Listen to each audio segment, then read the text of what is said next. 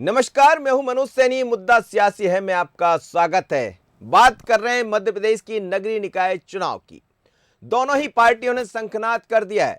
Bharatiya Janata party ने महाकाल की नगरी उज्जैन से शंखनाद किया, लेकिन लगातार दौरे जारी है। हमने देखा कि सिंगरौली पहुंचे थे मुख्यमंत्री शिवराज सिंह चौहान और आज दूसरे ही दिन कमलनाथ भी सिंगरौली पहुंच गए। दूसरी तरफ भारतीय जनता पार्टी के प्रदेश अध्यक्ष रीवा पहुंचे, कल सतना में नजर आए थे। अब ये कहा जा सकता है कि प्रचार का दौर जारी है, लेकिन इस निकाय के चुनाव में किसकी बारी है? क्योंकि बार बार ये कहा जा रहा है दोनों ही दलों की तरफ से कि हम तैयार हैं। कई बड़े मुद्दे यहां गूंजते हुए दिखाई दे रहे हैं, साथ ही बड़े चेहरों के हाथों में ही चुनाव की कमान भी है। फिर बात चाहे सीएम शिवराज सिंह चौहान की करें या कांग्रेस की तरफ से कमलनाथ जी या बीडी शर्मा। आप ये तस्वीरें देखिएगा सिंगरौली की, जब आज पहुंचे तो ये तस्वीरें सामने आई। और इसी तरह यदि हम बात करें तो मुख्यमंत्री शिवराज सिंह चौहान भी पहुंचे थे आज जबलपुर। आशीर्वाद तो काफी दिख रहा है, जन आशीर्वाद कमलनाथ जी। तो आप देख सकते मैंडेट किसको मिल रहा है और भारतीय जनता पार्टी का सौभाग्य। उज्जैन महिलाएं यहाँ देख सकती हैं भारतीय जनता पार्टी। ये हमारे विकास पुरुष के तौर पर हमारा नेतृत्व यहाँ पर बैठा है। राजेंद्र शुक्ला जी होंगे, जनार्दन जी होंगे, हमारे अजय सिंह जी होंगे और भी हमारे पूर्व महापौर जिन्होंने विकास की गंगा इस रीवा के अंदर बहाई है। इस रीवा को भारत के पटल पर ला करके खड़ा किया है। ये भारतीय जनता पार्टी का नेतृत्व है। जिस रीवा के अंदर कभी लोग चल नहीं पाते थे, आज वो रीवा महानगर के शहरों की श्रेणी में खड़ा है। ये भारतीय जनता पार्टी की देन है। मोदी जी के प्रति विश्वास, भारतीय जनता पार्टी के नेतृत्व पर, भारतीय जनता पार्टी की नीतियों पर जो प्रभावित होकर के आज भारतीय जनता पार्टी में सम्मिलित हुए, मैं उन सब भाई और बहनों का स्वागत करता हूँ। इस चुनाव का सबसे बड़ा महत्व है कि हम सिंगरौली, भविष्य का सिंगरौली कैसे बनाना चाहते हैं। आप किस प्रकार का सिंगरौली चाहते हैं? आपने सबको परख लिया, सबको देख लिया। मैं तो आपसे ये निवेदन करना चाहता हूं कि सिंगरौली का नया इतिहास बनाएंगे।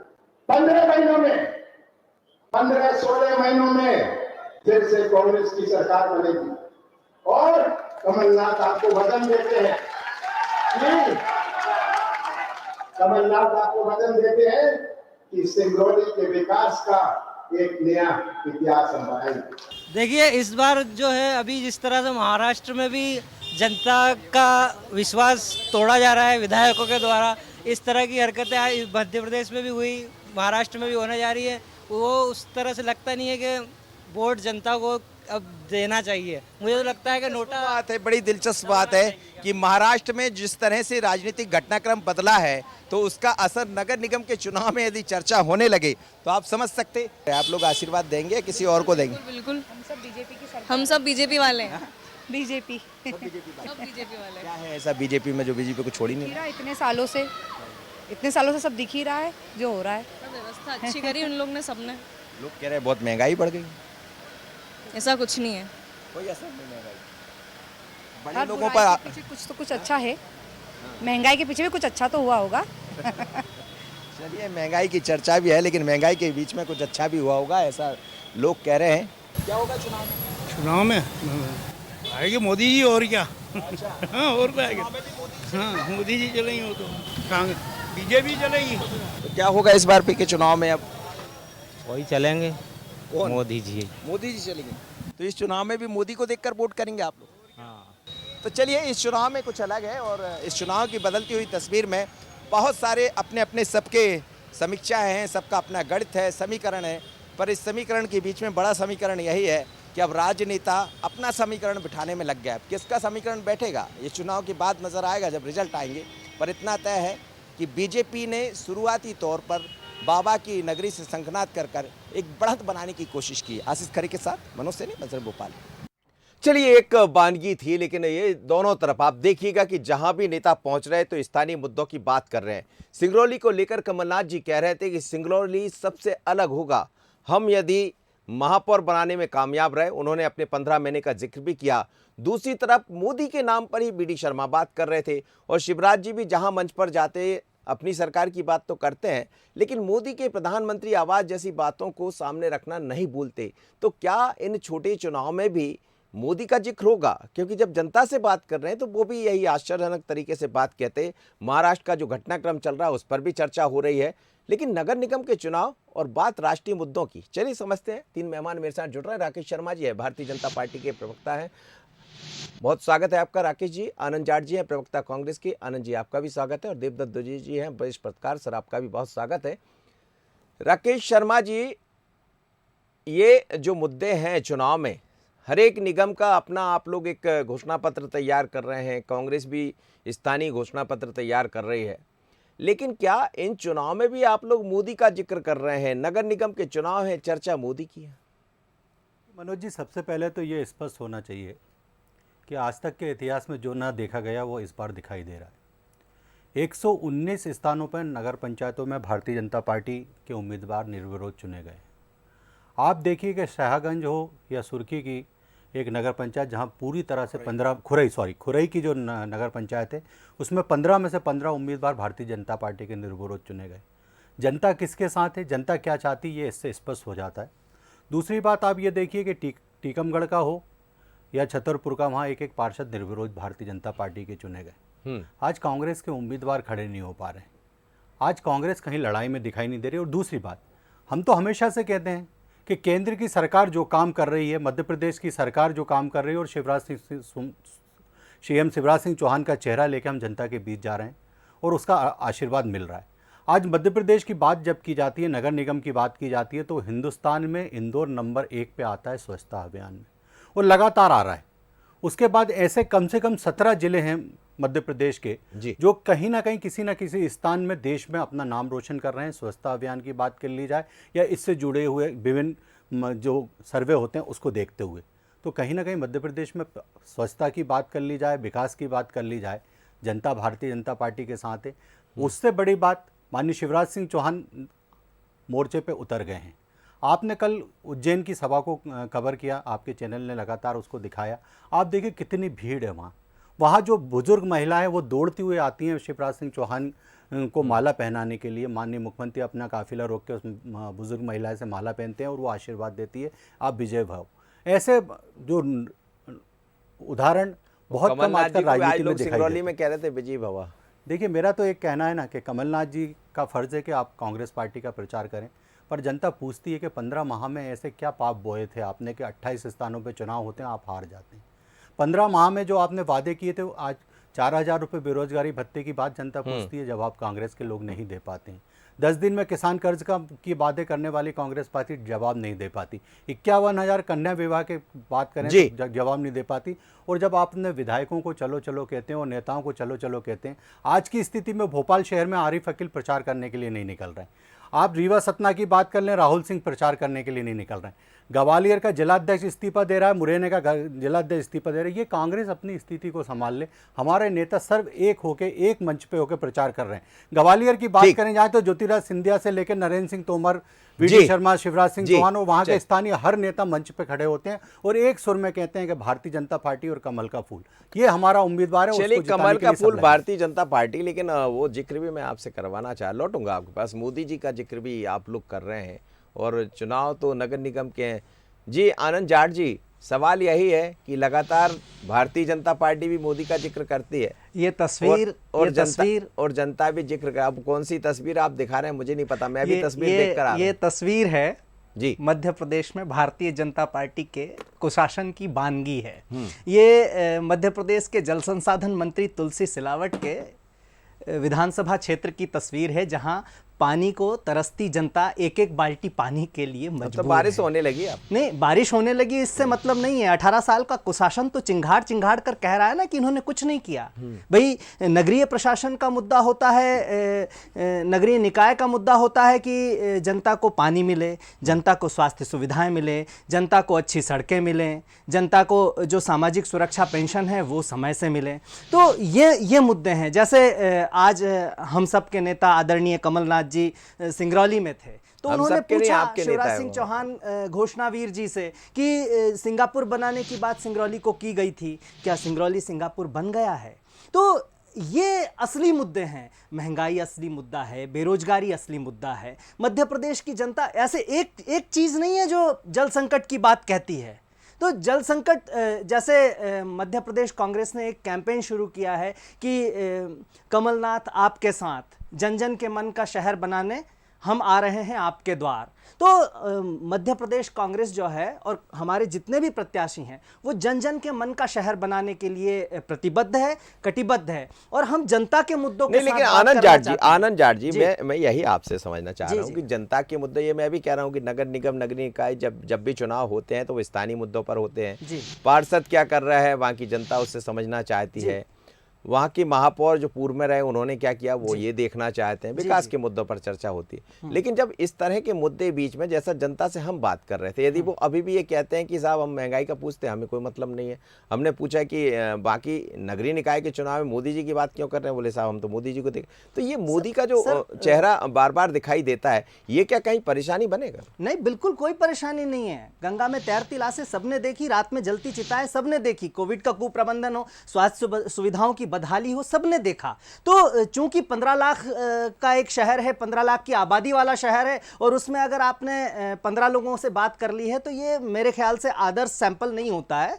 ये ठीक नहीं, हम है, सैंपल हो तो सकता दिखा है रहे हैं, हम कह रहे हैं कि अभी भी चर्चा हो रही है, हम ये नहीं कह रहे हैं हम कुछ चर्चा भी। होती रहे, चर्चा होती रहे, लेकिन वास्तव में व्यक्ति को 1000 रुपए का सिलेंडर दिखाई देगा, 108 रुपए लीटर का पेट्रोल दिखाई देगा, बेरोजगारी दिखाई देगी। अच्छा, एक बात और मैं शर्मा जी ने चूंकि सवाल उठाया था तो बस एक बात कहकर अपनी बात समाप्त करूंगा। वो ये है कि या तो कृषि मंत्री कमल पटेल साहब झूठ बोल रहे हैं, जिन्होंने विधानसभा में कहा था कि 27 लाख किसानों का 11,000 करोड़ रुपए का कर्ज माफ हुआ है मध्य प्रदेश के अंदर आदरणीय कमलनाथ जी के नेतृत्व वाली कांग्रेस की सरकार के दौरान, हाथ के पंजे की सरकार के दौरान, और या फिर अभी ये टीवी पर आकर मायावी भाषा में आदरणीय शर्मा जी झूठ बोल रहे हैं। और उसके बाद मैं ये पूछना चाहता हूं, ये 15 महीने का जिक्र करते हैं, मैं ये पूछना चाहता हूं कि क्यों 15 साल तक जो है गरीबों की पेंशन केवल 300 रुपए रखी गई, जिसे बढ़ाकर कमलनाथ जी ने 600 किया था। और मैं ये एक और बात पूछना चाहता हूं, मैं केवल एक बात ये अगले राउंड में कि 15 महीने से ज्यादा समय ये लूट की और झूठ की, जनादेश के अपहरण की भारतीय जनता पार्टी की सरकार को हो गया है।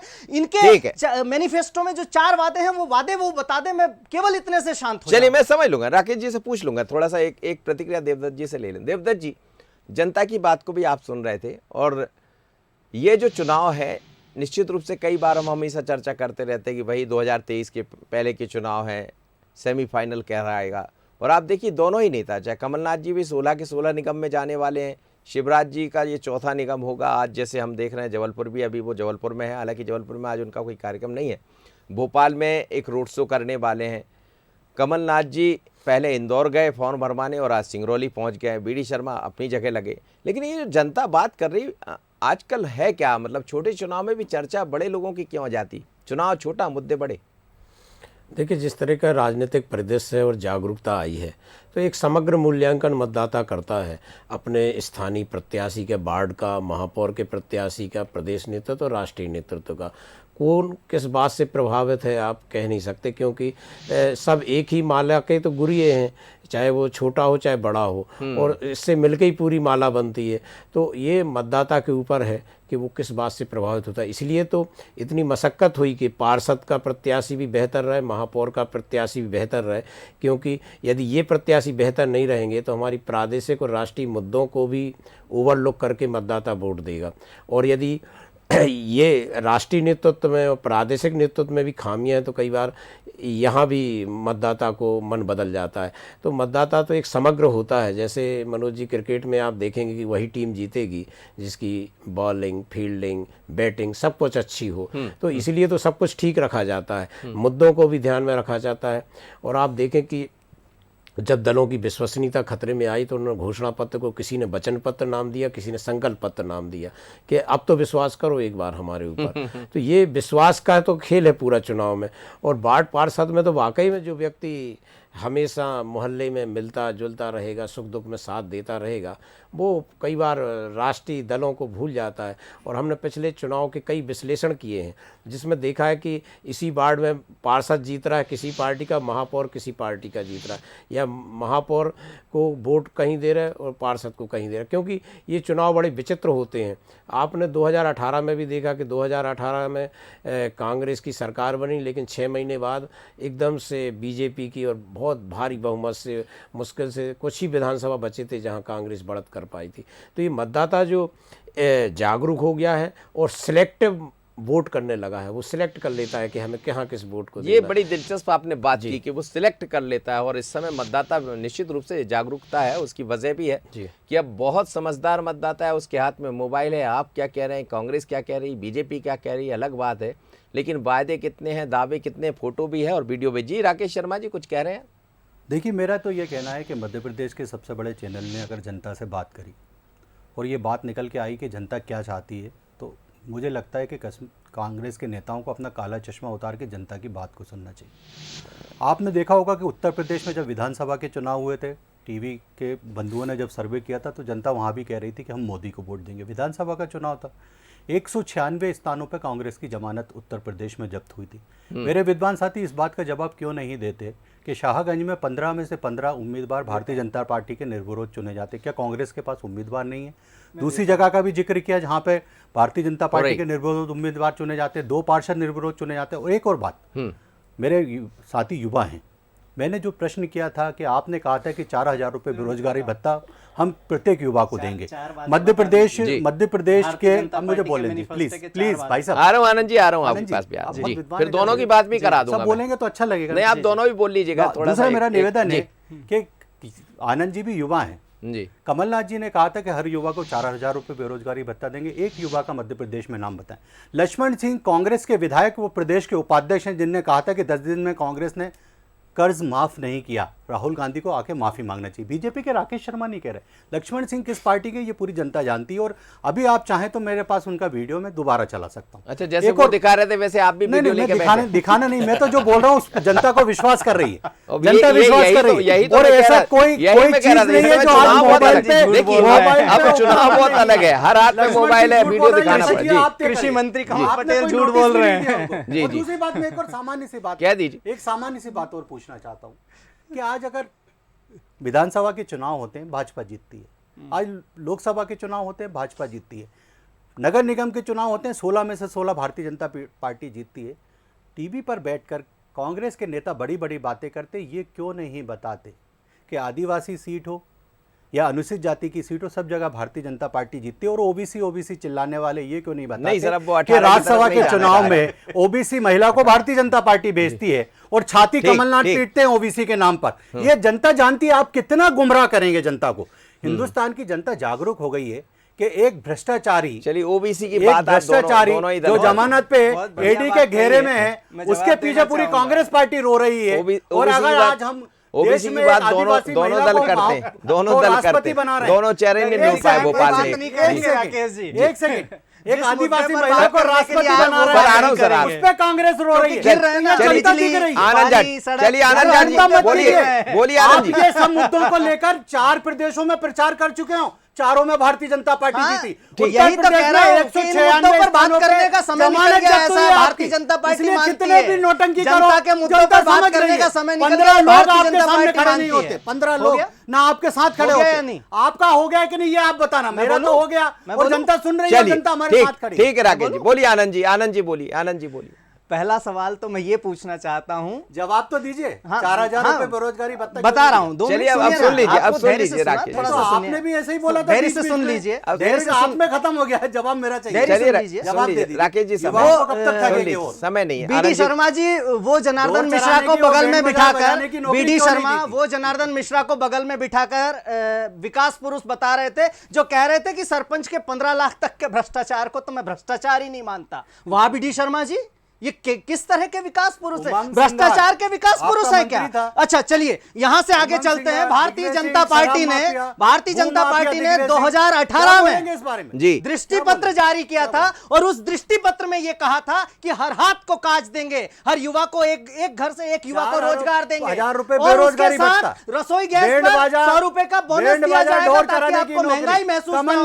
12वीं पास करने के बाद, बता दीजिए, 12वीं पास करने वाली 75% अंक लाने वाली स्कूटी देंगे। लेकिन 4,000 रुपए बेरोजगारी, चूंकि ये सिंधिया की सरकार है, ये खरीदी हुई सरकार है, ये भारतीय जनता पार्टी की सरकार नहीं है, इसलिए कोई वादे पर बात नहीं होगी, किसी वादे पर बात नहीं करेंगे।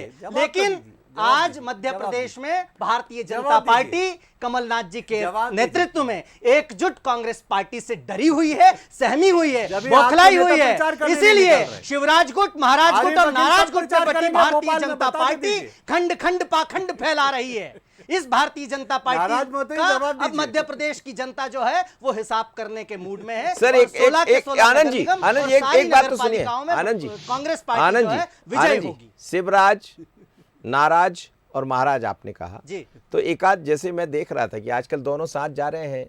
एक तरफ कई जगह शिवराज भी है, महाराज भी है और नाराज भी है। दिखावे की पॉलिटिक्स शिवराज और आप देख तो लीजिए ना। एक आध जगह आप लोग भी दिखावा आप कर लीजिए ना। भोपाल की सड़कों कुर्ता खींचने वाले मंत्री जी की हालत देखी नहीं क्या आपने? भोपाल की सड़कों पर है, सड़क पर है, आपके सवाल सड़क पर है। और ये एक नरेंद्र सिंह तोमर बैठक में बैठे हैं, सिंधिया जी आते हैं तो नरेंद्र सिंह तोमर उठकर चले जाते हैं। आप ही ने दिखाया, मैंने नहीं, मैं नहीं मौजूद था उस बैठक में। आप ही ने दिखाया किस तरह की गुटबाजी चुनाव आते, जब चुनाव आते तो एक साथ दिखने लगते हैं। यही तो ताकत है उनकी। मध्य प्रदेश की जनता जानती है कि चूंकि ये मैं कह रहा हूं ना कि ये भारतीय जनता पार्टी की सरकार नहीं है, इसीलिए ये अपने मैनिफेस्टो पर कभी बात नहीं करते। खरीदी हुई सरकार है, सिंधिया जी की सरकार है, शायद इसलिए सिंधिया जी आप एक बात समझ रहे, पूरा करेंगे सारे वादों को। यदि जनता जो बात जिससे हम बात कर रहे थे, आपने कहा कि बहुत छोटा रहा होगा, हम ये नहीं कह रहे हैं, मैं भी ये कह रहा हूँ ऐसा भी नहीं है जब पूरा हम उसको चलाएंगे। लेकिन उस बात का पता कर लेती है, तपेले में चावल सुनिए ना राकेश, चर्चा आई है, सुनिए ना, क्यों घबरा रहे हो? सुन लेने दो, आनंद मत बौखलाओ, घबराओ मत। चर्चा आई है जैसे मोदी और बाकी, तो क्या प्रधानमंत्री आवास ये नगरीय निकाय क्षेत्र में बने हुए घर है या फिर बाकी जो आयुष्मान कार्ड जैसी योजनाओं की सरकार बात करती रहती है, जैसा दावा करते शिवराज जी और बाकी मोदी सरकार भी, तो क्या ये उसका असर है? नहीं सर, क्या है ये प्रोपेगेंडा का असर है। छद्म, चूंकि देखिए ना कैसे राकेश शर्मा जी ने बड़े अच्छे से कहा कि आप बिजली के मुद्दे पर जनता के बीच गए, गरीबी के मुद्दे पर जनता के बीच गए, महंगाई के मुद्दे पर जनता के बीच गए, लेकिन आपका कुछ नहीं हुआ। तो मतलब क्या है कि ये केवल प्रोपेगेंडा के तहत जो है जनता को आर्टिफिशियल और कृत्रिम मुद्दों में उलझाते हैं। आज महंगाई पर 108 रुपए लीटर पेट्रोल आपको महसूस नहीं होता कि महंगा है? 200 रुपए लीटर खाद्य तेलों पर जो 200 रुपए का खाने का तेल मिल रहा है। चलिए सर, खाने का तेल जो है देवदत्त दुबे जी, सर समय नहीं, देवदत्त दुबे जी, देवदत्त हो गया सर, पर्याप्त समय दिया मैंने, क्योंकि चुनाव चल रहे हैं इसीलिए लोग आपको देख रहे हैं, आप समझ रहे हैं ना, मुद्दे पे आ जाइए। देवदत्त दुबे जी, ये दोनों को आप सुन रहे थे, राकेश जी भी, आनंद जी को भी, लेकिन सवाल यही है, क्या स्थानीय मुद्दों के अलावा भी बड़े मुद्दे चर्चा में बने रहेंगे इस पूरे चुनाव में? क्योंकि उसके बाद 23-24 भी आने वाला और जिक्र बार बार ये होता रहेगा कि इस चुनाव में आप सपोर्ट कीजिए तो अगले चुनाव की तरफ हम जाएंगे। वो बीजेपी भी करेगी, वो कांग्रेस भी करेगी, और इसीलिए स्थानीय मुद्दों के साथ केंद्र के मुद्दे भी दिखाई दे रहे हैं। बिल्कुल, जिस तरीके की जागरूकता और जिस तरह के मीडिया का ज़माना है, हर हाथ में मोबाइल है, सूचना है, आप अभी आश्चर्यचकित होंगे कि बाढ़ में गलियों में घूम रहे लोग भी महाराष्ट्र का अपडेट देख रहे हैं मोबाइल पे कि क्या हुआ, आए कि नहीं आए, या कौन कहाँ गया। तो ये तो आजकल जागरूकता है, और ये महिलाओं में भी है, युवाओं में भी है और बुजुर्गों में भी है। तो मुझे लगता है कि जैसा मैंने पहले भी कहा था कि समग्र रूप देखकर ही वोट करता है मतदाता। कोई एक चीज़ से प्रभावित नहीं होता, वो पूरा तुलना करता है एक एक चीज़ को। और सबसे बड़ी बात है जो पार्षद का होगा, महापौर का होगा, एक साथ वोट डालना है, तो उस पर सब मुद्दे आएंगे, क्योंकि महापौर से तो प्रभावित होना है प्रदेश और देश भी। और ये पूरा जो चुनाव है ये सेमीफाइनल माना जा रहा है 2023 का। इस कारण जब दल अपनी ताकत पूरी लगा रहे हैं तो मतदाता भी तो सोच विचार कर वोट करेगा कि आखिर क्या करना है उसके लिए, क्योंकि ये चुनाव बेहद महत्वपूर्ण है। जो स्थानीय स्तर पर जब बाढ़ में जिसका पार्षद होगा वो विधानसभा में भी मदद करेगा, लोकसभा में भी मदद करेगा पार्टी को जिताने के लिए। और अभी तो जो मुद्दे हैं वो जिस तरीके से हर दल चाहेगा कि जिसका प्लस पॉइंट होगा उसी मुद्दे को मतदाता के पास ले जाएगा, और जो वाकई में मोहल्ले में जागरूक है पार्षद, वो तो अपनी फ़ोटो लगा के और अपना चिन्ह लेके मतदाता के पास जा रहा है। और अन्यथा मैंने कई जगह देखा है कि कोई कमलनाथ की फ़ोटो लगाए है, कोई शिवराज की फ़ोटो लगाए है, कोई मोदी की फ़ोटो लगाए है, क्योंकि वो मतदाता भी समझता है कि कौन किसके साथ आ रहा है और किसके साथ हमें जाना है। ये बड़ा विचित्र होता है। सबसे छोटा चुनाव मनोज जी सबसे कठिन चुनाव होता है। बिल्कुल आप ठीक कह रहे हो, सबसे छोटा चुनाव सबसे कठिन होता है, और इसीलिए ये कठिन जो डगर है उससे दोनों को गुजरना है। कांग्रेस को भी गुजरना है और भारतीय जनता पार्टी को फिर वही बात है, क्योंकि इसके बाद 2023 भी दिखाई देने वाले हैं। पर 16 निगम दोनों के लिए बड़े महत्वपूर्ण है। मैसेज वहीं से जाने वाला निगम से, नगर पालिका 76 है, उस पर बहुत ज़्यादा ध्यान नहीं है, पर 16 निगम जीतकर एक बड़ा मैसेज दोनों देना चाहते कि हम कितने निगम जीते, क्योंकि पहली 16 निगम बीजेपी के पास थे, अब किसके पास होंगे समझ आएगा। राकेश जी आपका, आनंद जी, देवदत्त जी, आप तीनों मेहमानों को बहुत धन्यवाद, आप मेरे साथ जुड़े। मध्य प्रदेश में नगरीय निकाय चुनाव को लेकर सरगर्मियां बड़ी तेजी से दिखाई दे रही है। दोनों ही दलों ने अपने प्रचार की शुरुआत कर दी है। कमलनाथ सिंगरौली पहुंचे तो दूसरी तरफ बीडी शर्मा रीवा में दिखाई दिए, लेकिन मुख्यमंत्री शिवराज सिंह चौहान भोपाल की सड़क पर है, जनता से आशीर्वाद मांग रहे हैं। अब किसको आशीर्वाद मिलेगा, किसके मुद्दे काम आएंगे, पर बड़ी बात यह है कि इस चुनाव में चर्चा चल रही है महाराष्ट्र की ताज़ा घटनाक्रम की, इस चुनाव में चर्चा चल रही है मोदी की, पर चुनाव होना है निगम की। अब होगा क्या, समझ गए होंगे आप। मुद्दा सियासी है, मुझे दीजिए इजाज़त, बने रहिए बंसल पर। नमस्कार।